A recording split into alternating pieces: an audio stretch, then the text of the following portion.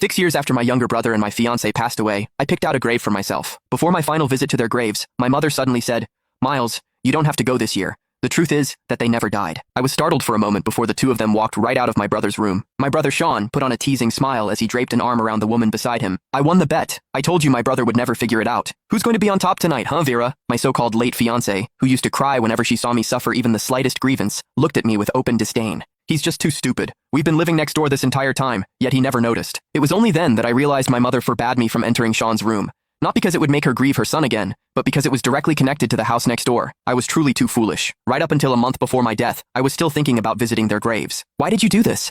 I suppressed the trembling in my body, asking Vera with red-rimmed eyes. After so many years, she was no longer gentle and sweet. Her gaze was cold and detached.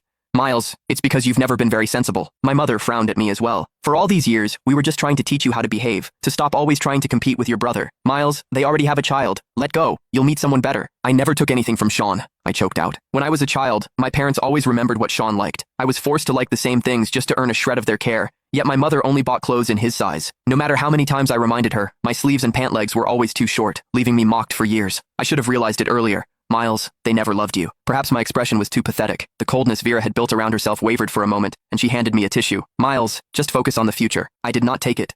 Sean put on a guilty act beside her. "Miles, I'm sorry. Vera and I haven't registered our marriage yet. I'll give her back to you." Suddenly, my mother raised her hand and slapped me. Hot pain flared across my face. I looked at her in disbelief, her voice cutting through the air. "Miles, what are you even doing?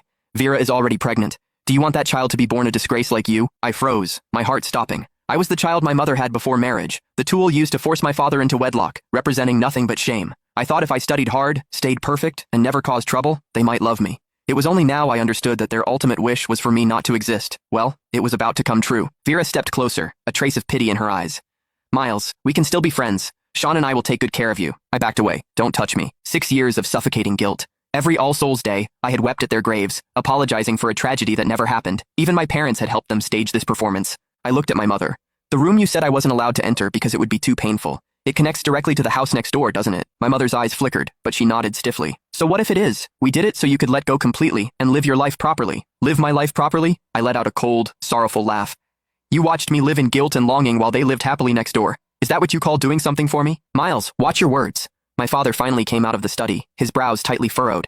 "They were in love. They only faked their death so you wouldn't be hurt. They've already suffered enough over the years. What else do you want?" "In love? Suffered?"